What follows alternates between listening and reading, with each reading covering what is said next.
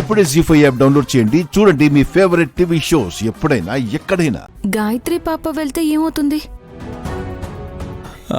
నైని, వదిన ఏ ఉద్దేశంతో అంటుందంటే అమ్మ పిల్లలిద్దరిని పట్టుకోలేక వదిలేసిందేమోనని. వదిలేయడమా? పైకి మాత్రమే నాకేం వయసైపోయింది అన్నట్టుంటుంది అత్తయ్య. సగం జీవితం అయిపోయి దిక్కులు చూస్తుంది. గాయత్రి పాప వెంట వెళ్తే ఏమవుతుంది? పిల్లల్ని వదిలి అత్తయ్య ఎక్కడికి వెళ్తారు? అందుకే తను రాదని విశాలాక్షి చెప్పిందా?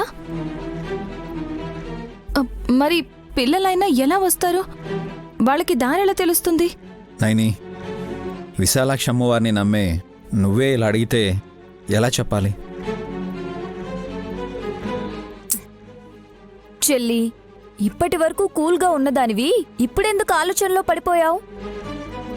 విశాలాక్షి అన్న మాటల్లో, మీరు మాట్లాడే మాటల్లో అర్థం చేసుకోవాల్సింది ఏదో ఉందని నా మనసుకు తడుతోంది.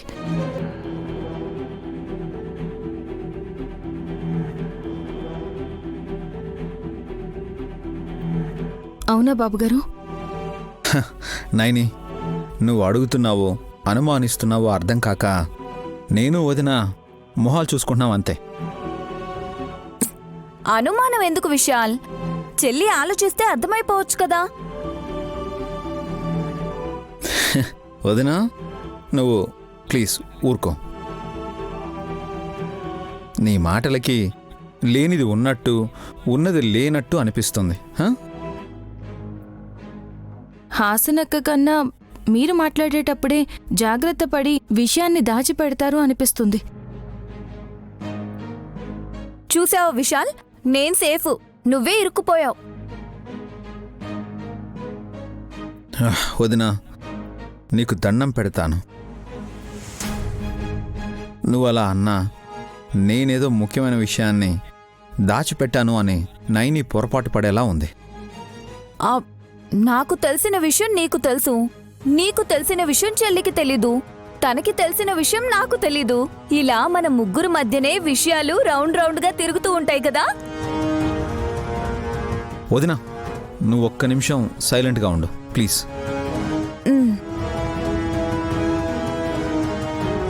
నైని, విశాలాక్షి చెప్పినట్టు జరుగుతుందని అనుకుందాం. అంటే పిల్లలు వస్తారు, అమ్మ రాదు. ఎందుకు రారు? రావాలి బాబుగారు. ఓకే ఓకే, అత్తయ్య రావాలి. కానీ ముందు పిల్లలు వచ్చేదాకైనా చిట్టి ఓపిగ్గా ఉండాలి కదా. గొడవ చేస్తుందా?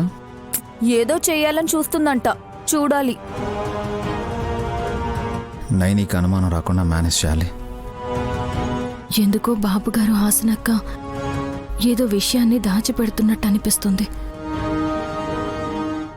జీ5 యాప్ డౌన్లోడ్ చేసి అన్ని ఎపిసోడ్స్ పూర్తి ఉచితంగా చూడండి.